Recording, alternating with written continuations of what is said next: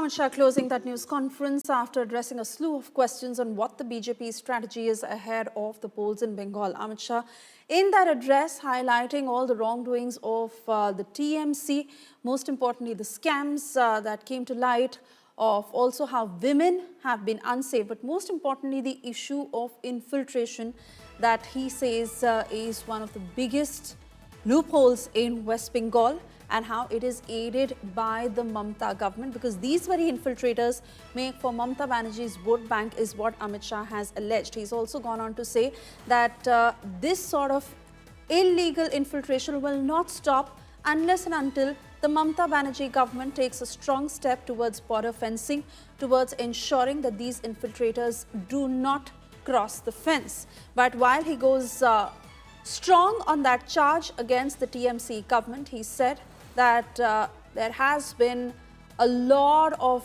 failures on part of the Mamata government when it comes to governance, when it comes to giving people their due, when it also comes to how infiltrators have been coming in West Bengal, who he alleges are the vote bank of Mamata Banerjee. He's also gone on to highlight the various corruption charges on the TMC during their tenure and the various scams that Mamata Banerjee has been linked to. But most importantly, he says that people are living with a sense of fear in West Bengal, especially when it comes to women. Let me take this to my colleague Tapas Sengupta joining us live on the broadcast. And Tapas, there Amit Shah answered several questions from BJP's strategy to also in that address highlighting the TMC's wrongdoings, talking about unsafety of women, but most importantly, dominating and highlighting the issue of infiltration in West Bengal. Well, yes, Amit Shah have clearly set the narrative as far as Bengal's upcoming assembly election is concerned.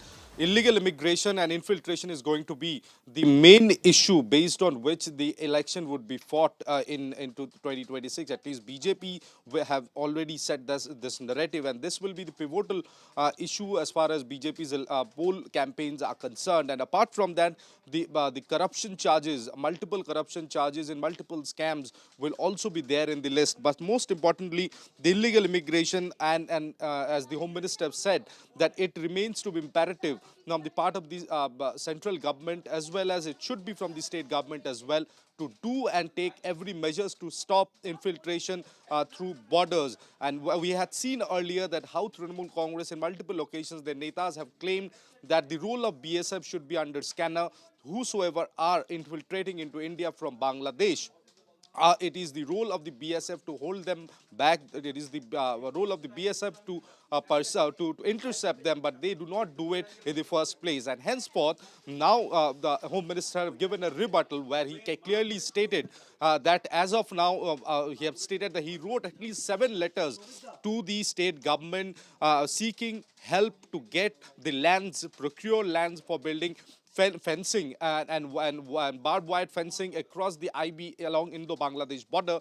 That did not happen over last several years. But despite multiple reminders, even Home Secretary coming, doing meeting with the Chief Secretary, nothing had changed on ground. So the Home Ministers have put the onus onto the state government only, that they are responsible. And once in any case the infiltration happens, the onus also lies with the state police, because the law and order and intercepting these elements who cross over the border and go on to make false documents is also prerogative of the state government. So it's very clear it's not the allegations that Trinamool Congress have been making for so long that the onus lies with the state government as well, due to lack of land provided to the BSF. The CPWD could not build the border fencings, and henceforth the infiltration had happened, and the state government will have to take the responsibility. It's very clear that multiple issues were talked about, be it corruption charges, be it the unemployment issue, but the pivotal issue as far as the election is concerned for 2026, illegal immigration and infiltration is going to be at the center stage. Tapas, even the allegations versus counter-allegations when it comes to the centre's funds that are meant for the state. Now, in the past, we've seen how Mamata Banerjee has highlighted this issue time and again, saying that the funds that are meant for the states do not rightly come towards the state. They are blocked. But here, Amit Shah is saying that the state is rather blocking the centre's funds that are meant for the state. Well, yes, Trinamool Congress have been claiming since very long that their was share of fund that should have come from the central government were blocked, and that have been done as a part of the vendetta politics of the central government of the BJP. But Amit Shah, once again, he said it earlier also, and now once again reiterated that there are efforts being made by the state government to block the central projects. And if you require a fund, you need to furnish proper reports and execute as per the charter laid down by the central government. And hence, since those are not being done on ground zero, henceforth at times we have seen that how the center and the state government have been on the loggerhead, and that's the main issue, because these social schemes are key factors as far as the voters are concerned, their vote bank are concerned, because these directly affect the people in rural Bengal, and that's where the Trinamool Congress have been very successful, and the central government have time and again said that the charter are not being followed, and henceforth there have been multiple flashpoints between the center and the state. But that's taking cue from that, the Home Minister clearly stated that it is imperative now that since the left have got an long opportunity of 34 years, the Congress earlier to that, the Trinamool Congress have got an opportunity for 3 terms almost, and now the BJP must be given a chance so that a Right. double engine Sarkar can come and work together for betterment of the people in Bengal. The battle is certainly intensifying, Tapas, and we wait and watch in which direction this is headed. For the moment, many thanks for putting all those points into perspective.